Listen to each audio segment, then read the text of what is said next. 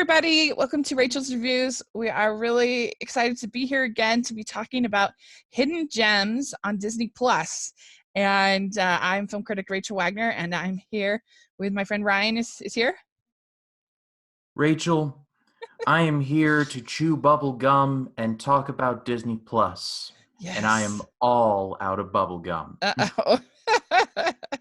Shout out to Roddy Piper for that. May he rest in peace. There we go. No, I'm super happy to be here with you, Rachel, again. The last couple podcasts I've done with you have just been a blast. And I'm just happy to be back here doing it again. Me too. It was kind of a stressful week. I ended up getting tested for the COVID-19 last week because I've been having some breathing problems.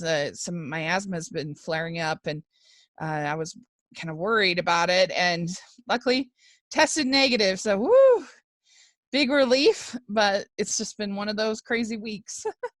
I think it's been a crazy week for everybody. So Yeah. This is the opportunity to de-stress and talk about stuff on Disney Plus. Yes, so I'm excited about it. And so let's dive right in. Let's start. So what is the first recommendation that you have for us? So just a bit of a caveat before I go into my first pick. All of the picks that I've chosen this week are stuff from the 2010s because my 2010s Disney knowledge was a little lacking. So I was like, you know what, I'm just going to brush up on some stuff that I might have missed or I might have seen, but I guess I just didn't remember as much. So my first choice is The Muppets from 2011. Ah, very good.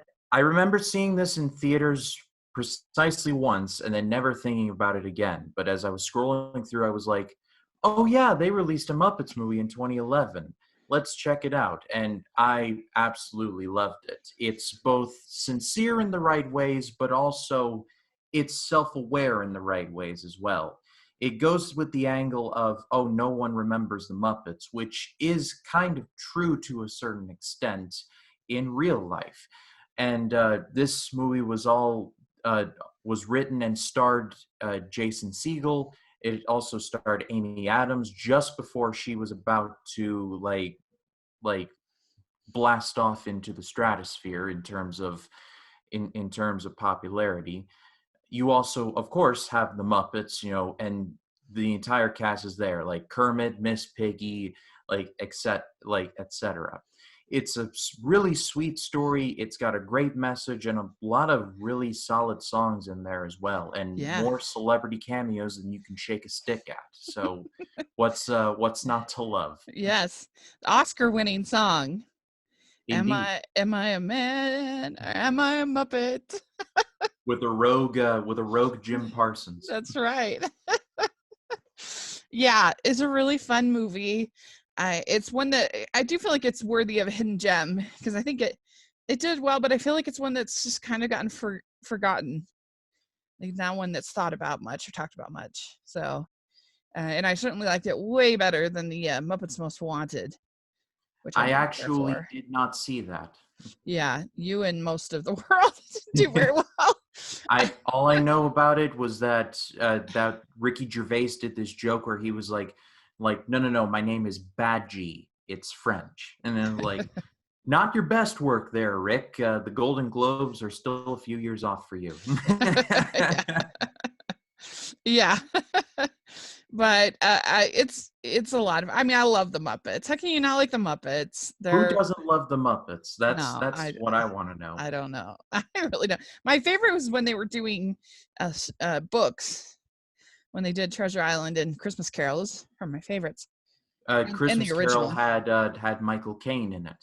Yeah, I wish they'd almost do that again. Do more of those. Those were fun. But yeah, that's a good choice. Very good choice. All right. Well, my first choice, is called Mighty Joe Young. This is a remake of a movie from the 40s, I believe. And I know of the original. If my Mighty Joe Young knowledge is correct, it's about a guy who saw the original King Kong and was inspired to find an ape for himself. Am I off base?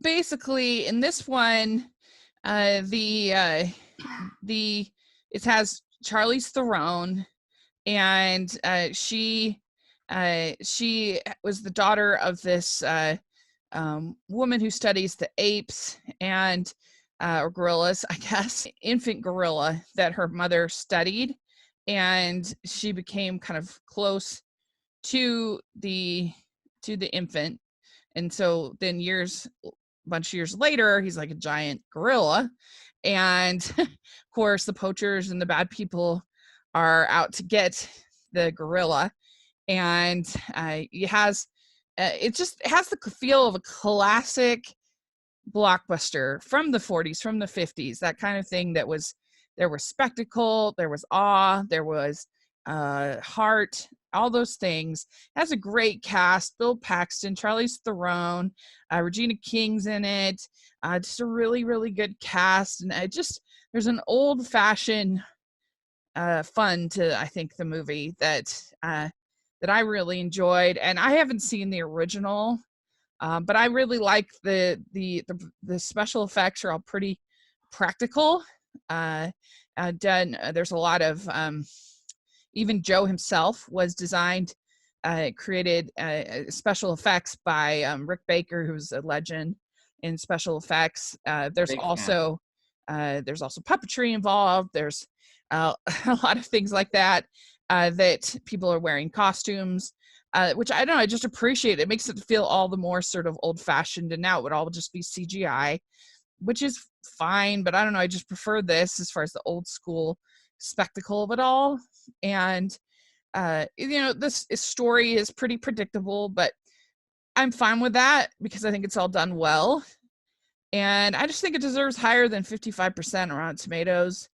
And I just think it's a fun old-fashioned film. Yeah, judging from the sound of it, it's like 55%. That doesn't sound right. Yeah. And it's got James Horner music. That's always a plus. James Horner, one of the GOATs. Yeah, I love him so much. And so I really like it. I think it's really fun. So that's my first choice. So my second choice is Pete's Dragon from 2016. Now, I am not a fan of the Disney live action remakes. I know that I'm preaching to the choir on this one, but I'm just not a fan. However, when I heard that they were remaking Pete's Dragon, I didn't see it because I was like, I have no idea what Pete's Dragon is. Now that I have seen it, I can safely say that it is one of the better ones. I'm not going to say that it's my favorite. That would be Jungle Book. But it's certainly better than what they did with Beauty and the Beast when they just did the exact same thing. And it's better than they did with The Lion King, in which they did less. So, Pete's Dragon tells the story of a little boy who finds this dragon in the forest, and Bryce Dallas Howard plays a park ranger, finds him 6 years later, and she finds that Pete and this dragon have just a very, very tight connection, and so Pete, the little boy, is trying his hardest to get back to the forest to find his dragon. Very nice story. The design of the dragon I liked a lot. It was clearly CG and it was very noticeable, but I liked the design overall. Also, Bryce Dallas Howard was really good, and Robert Redford tends to be good in whatever movie he's in, so there that is. Mm-hmm. To put the period at the end of the sentence, Pete's Dragon is definitely one of the better live-action remakes, and if these live-action remakes are still going to happen, which unfortunately they are, I would prefer if they did more obscure ones, but I guess that's just a pipe dream for me. Yeah, I agree with you. I think in many ways there's a lot of similarities between Mighty Joe Young and Pete's Dragon. They Right. both are pretty small in feel. Like the budgets are on the smaller side, the effects are on the smaller side, and they're also they're very. I feel like the similar dynamic of in the case of Mighty Joe Young, a woman and her gorilla. This is a boy and his dragon. Like that's kind of man and nature dynamic. And I don't know. I love Pete's Dragon. That was one of my favorites of that year. I don't really love the original. It's not my favorite. And I I don't know. I just some of the songs are okay in the original, but I don't love it. And I just thought this was a beautiful movie. It had the feel of an old-fashioned family film, spectacle film. Again, kind of similar to Mighty Joe Young and David Lowery. I just think what he managed to do with Disney is pretty remarkable. I kind of wonder sometimes how he pulled it off, how he was able to make such an intimate, such a lovely film, and how he got away with it. And I think maybe part of it's just because Pete's Dragon isn't that popular, and so he had more leeway than maybe some of these other directors have had. I don't know, but I think it's a really good film. Yeah, fun fact before we continue, David Lowery would end up going on to direct a movie called A Ghost Story, which Yes. is this super abstract like ghost movie about Casey Affleck, who when he dies just lingers in the house of his Right. fiancee like for literally years. And we see after his fiance moves out, other people living there and he is still there. It's not for everyone and super abstract, but I just thinking about it now, I find it really funny how how David Lowery would make such a nice and heartwarming film in Pete's Dragon, and then go on to make a super soul crushing movie about how when you die, you're basically going to stay in the exact same place for the rest of time. Yeah. Yeah. No, it's true. And that's why I say, I just think sometimes, how did he pull it off? Like, how did he do that? That's so hard.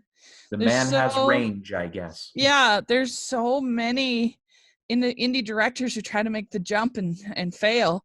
But he managed to do it while still kind of keeping his artistic integrity. Is It's pretty remarkable. And I mean, evidently they had a great relationship. It was enough that there's I think he's still planning on doing they're going to do a new they're going to do a new Peter Pan. And normally I would not be excited about that at all, but because David Lowery's involved, I'm intrigued. Yeah, that actually sounds fascinating. Yeah, because he's such a good director. But so my next choice is definitely not anything in the we're talking about Ghost Story or movies like that. This is a step down from that kind of movie. It is one of the Disney Channel original movie musicals called Teen Beach Movie. And it's really cute. Never saw it, but I remember seeing the adverts for it. Yeah, it's just a cute, silly, fun movie about these about these teenagers who they go down to the beach and all of a sudden they end up in one of the teen beach movies from the 60s, like Annette Funicello and Gidget and these kind of movies. And it's just cute and funny. And I love almost any sort of transform, alternate dimension, timeline, uh, body swap. I love that. I don't know why. I just usually think it's really fun. And I like the songs, catchy. The cast is all pretty good singers. Ross Lynch, she's a decent little singer. And Jordan Fisher's in it, who's in the new, he's currently playing Evan Hansen on Broadway.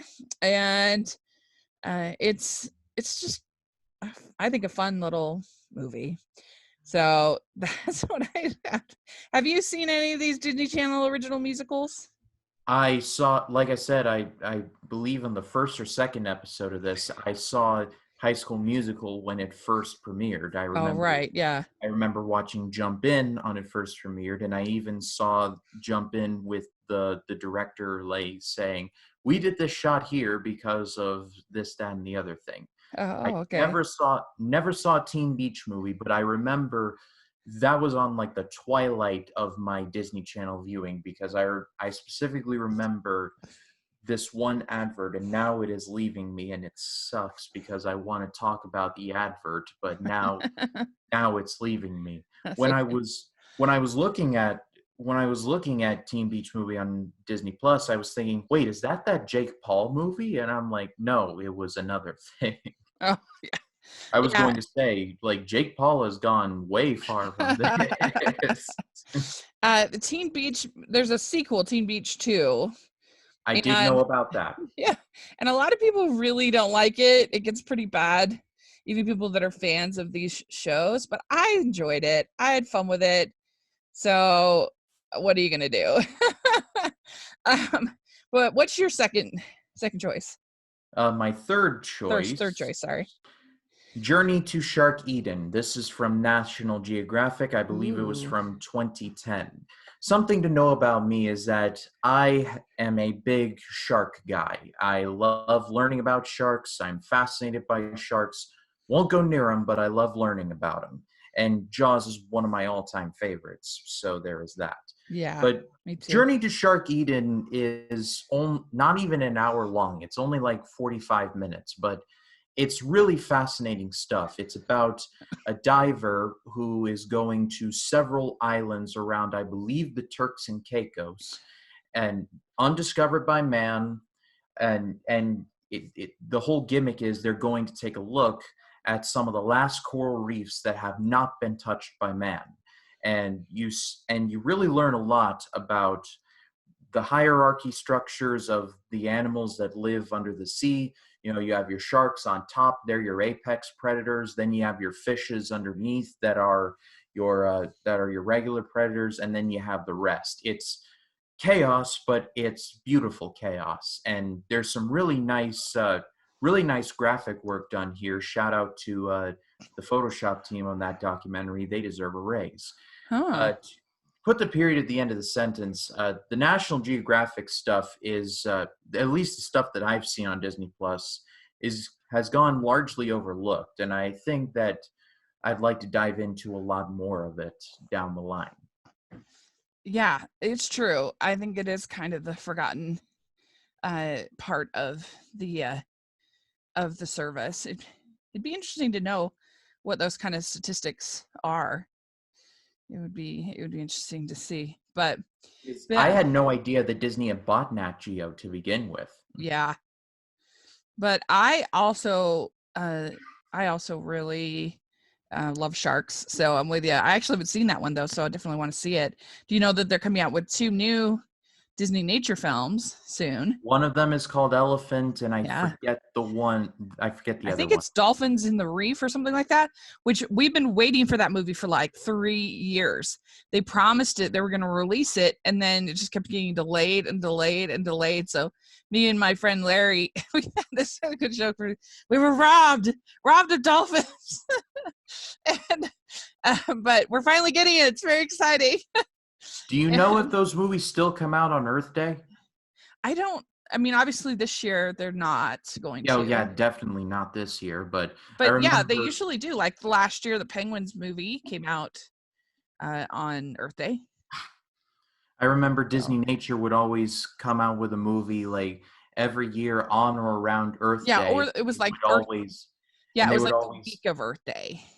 and they would always be like, the ticket sales for all of these will go to insert wildlife charity here. Right. Yeah, the World Conservation Fund or something like that. Well, very good. My next choice is a comedy. I think one they got from Fox is called Big Business, and it stars Bette Midler and Lily Tomlin as these. They're twins and identical twins, but in the so there's 2 of them, right? Like there's 2 Bette Midlers, there's 2 Lily Tomlins, and but at the hospital they were switched, so everyone thinks they're fraternal twins, and it's basically like Parent Trap but doubled. And one day in when they're older, and like one set of twins is raised in the country, one set is raised in the city, and one day they Sounds end like up the beginning of a Journey song. yeah, yeah. And one day they end up meeting again, and it's pretty funny. And Lily Tomlin and them are funny, and it's got a pretty good supporting cast. And Michael Gross, who I love, Edward Herman, who is on Gilmore Girls, he's on there. Fred Ward is on there. So it's a pretty good cast, and a pretty funny movie. And so, yeah. Is it just me, or was like the late 1980s just like a hotbed for comedies? Because it's like all my favorite comedies, like the Planes, Trains, and Automobiles of the Yeah. world and the Ferris Bueller's Day Offs of the world, all happened in like the mid to late 1980s. It's like that Yeah. was when comedies were on fire, and nowadays it's just like really a dirty joke. Like Yeah. that's I one mean, of it's like interesting that, 2 million. yeah, and that a lot of the movies weren't even rated R, and now it's so hard to find, I feel like, comedies that are aren't rated R. They just get so lewd. And but yeah, I mean, you have When Harry Met Sally, you have that one is rated R, but I don't know, there's just a lot of really good comedies in the late 80s. You have Princess Bride. Love Princess Bride. Who Yeah, doesn't?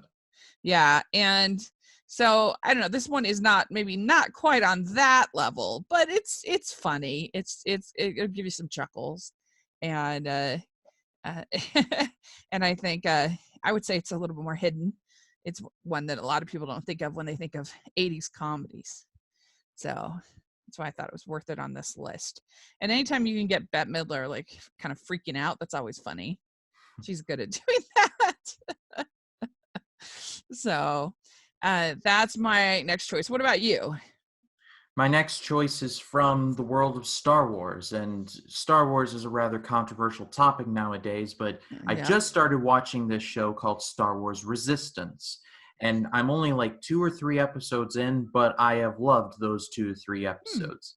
It's got a very unique animation style, kind of like a more refined version of the Star Wars Clone Wars 2 anime movies that were released just like 3 or 4 years before the Star Wars The Clone Wars TV show was released. Rachel, I'm not sure if you're familiar with those, but they are really good as well. I've heard of them. I haven't seen them. I need to. They're not on Disney Plus, unfortunately. It's like one of those, if you can find the DVDs, like guard them with your life, like stick them Right. in a Swiss bank account somewhere, because they're like rare commodities. That's But not the one that the Gendy Tarkovsky Gendy did. Tartovsky, yes, Actually, okay, he was yeah, heavily involved in that. oh, okay. Yeah, I actually have those. I just haven't watched it yet. I need to. How much you selling them? I'll find them. I'll let you know. We'll talk. We'll talk after. Anyway, Star Wars Resistance. The animation style is 3D, and it's similar. It's like a more polished version of the Samurai Jack and Star Wars Clone Wars style of animation. It takes place in the sequel trilogy world, which automatically is going to turn a lot of people off. But I Uh-huh. promise, if you give this show a chance, it is worth it. It's got a nice story. There's this one character, I can't remember his name right at this second, but he's green. You can't miss him. And he's kind of like Drax from Guardians of the Galaxy. He takes things super literally and he doesn't have the shut up filter, as I like to call it. So there's a lot of comedy to be found there. I also really like the main character. His name is Cass. Without giving too much away, he was originally a rich kid, and now he's kind of having to work his way from the bottom and work his way back up. It's been done to death, but even still, it's a pretty worthwhile story. I won't go so bold as to say that this is better than, like, say, Star Wars: The Clone Wars or Star Wars Rebels, but it's definitely the 2 to 3 episodes that I have seen have gotten me intrigued, and it's definitely something that I will be coming back to.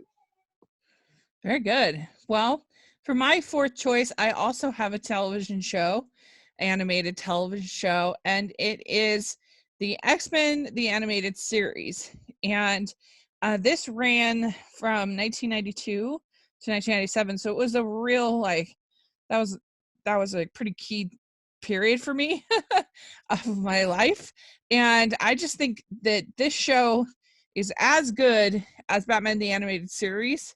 In every way, the writing is really good. It treats treats kids like they can think for themselves, don't have to have everything spoon fed for them, and it could deal with some darker themes, some complex storylines.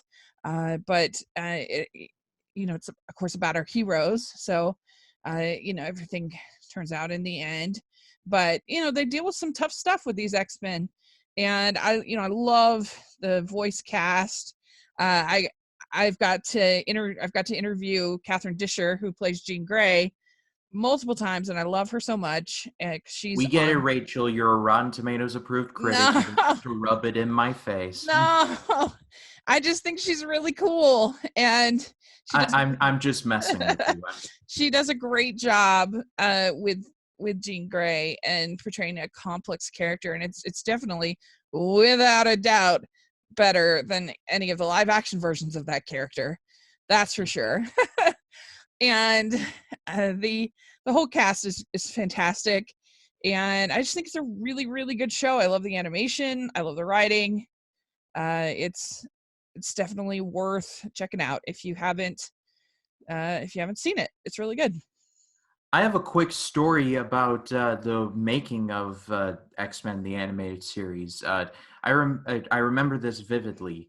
The head of Fox Kids took X-Men on as a personal project herself, and she even staked her entire career on it because she was a big Marvel fan, but the Marvel TV shows like Fantastic Four and the Hulk were not doing very well, especially on Fox Kids. Like, that lineup was pretty loaded already, but Marvel just couldn't get it done. But she tried desperately to get X-Men on, and she threw a bunch of money at it. She hired the best writers, best voice actors, and despite studio interference and even Stan Lee himself saying tone down the more adult tone, she persisted. And X-Men: The Animated Series premiered during a time when it was mostly reruns on the Fox Kids block. So they were a whale in a sea of guppies. So they had the right people behind it, and they were lucky. And X-Men: The Animated Series is fondly remembered to this very day. Yeah, it's really well done, and you have to kind of let go of some of your feelings about the movies because the characters are quite different. Particularly Wolverine is quite different, but it's more true, I think, to the comic books. And I mean, definitely characters like Storm, way better, way better. And so, but there are a few characters in the live action films you kind of have to let go of and accept this version of them. And I don't know, I love the show. I think it's really good. So, what do you have for your final choice? My final choice is from 2011, and it is simply Winnie the Pooh. This is a movie that I remember seeing come out in theaters in 2011 because this movie came out the same weekend as a little movie called Harry Potter and the Deathly Hallows Part 2. You may have heard of it. Yeah. My mind was so focused on that movie that I forgot that there was another movie coming out that same weekend called Winnie the Pooh, and I never saw it until I did my research for this show. And I honestly forgot just how wholesome Winnie the Pooh truly is. And this movie is not long at all. It's like an hour and 10 minutes long, maybe not even that. But it's beautifully animated. It's voiced by John Cleese, I mean, come on now. Though every time I was like, a member of Monty Python is voicing this. That's weird. Yeah. But this movie is definitely underrated. It was definitely unlucky debuting next to Harry Potter and the Deathly Hallows Part 2. but and because of that, it has been swept under the rug. However, it's definitely one that you should check out. I agree. I think this movie is so sweet. And just, I love the animation. Of course, it's the last 2D animation we would get for a long time from Disney.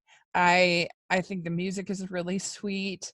And I like how it's really made for children. There's not hardly any sort of winking at the parents kind of jokes at all in it. It's just sweet and nostalgic and made for little kids. See, like And with the Muppets in 2011, it was self-aware, but Winnie the Pooh was it was like straightforward. It is what it is. It is yeah, meant for like really little kids. No ifs, yeah, ands, or buts about it. exactly. It's just made for your kindergartners. That's why it's good that it's so short. That's what they need that age. They need those small, small short movies. Their attention span isn't what most of, isn't the same, isn't like an adult's. But I think it was also a little bit of a tough sell as a feature film. I kind of think that they probably should have just released this direct to DVD because, I mean, I don't know. I just don't think that those little Disney Junior kids go to the movies that much, and so I think it was a hard sell even to begin with. But yeah, definitely up against Harry Potter. Then that's I can see why they thought it could work, because it seems like it is kind of different demographics. Because that those later Harry Potter movies are pretty scary, Yeah, and it starts out as like these Chris Columbus like yeah, warm and fuzzy movies with dark elements, but kind of like Home Alone. It's mostly fun with some scary stuff thrown in there to spice it up. But by part 7, like people are getting murdered, yeah, like exactly. murdered by magic, and these 3 high schoolers essentially are being chased around by a half snake man with slits for nostrils. It's scary stuff. Yeah, so I can see why they thought, hey, we'll put this out and it can be alternative for younger families. But the problem is those younger families, I think, just would rather stay at home and watch something at home, It's not like a because Pooh movie can't get released straight to DVD. yeah, Like they released a Piglet movie straight to yeah. DVD. Well, no, that got a small release, but yeah, like Pooh's Great Adventure, that one was a direct to DVD. Or there's been a bunch, and so I don't know. I think that was probably the mistake, but it is a really sweet movie, beautifully animated, very nostalgic. I really enjoyed it. I especially love the Baxon. so we actually I felt so sorry for Pooh because he was so close to getting that honey, and then he's like yeah. just barely. And when he finally gets the honey, it's like the most cathartic thing that you could possibly imagine. It's like, Yeah. yes, we finally got the honey. Oh my god. Stanford and I reviewed that for that Winnie the Pooh for our Talking Disney Classics podcast. So if people want more, I'll put that in the description. If people want more insight into Winnie the Pooh, it's a really sweet movie. All right, well, my last choice, I actually think I talked about it a little bit last time, but it's it's from the Disney Nature folks, and it's called The Crimson Wing: The Mystery of the Flamingos. And this is all filmed in this lake in Africa, where where these flamingos live and mate and whatever, I don't know. And the way they have it set up, it's almost like it's watching Lord of the Rings or something. Like they don't give the names like they do in most of these Disney nature, but it's it's very set up as this sort of mythic place and the legend of the lake, kind of a thing.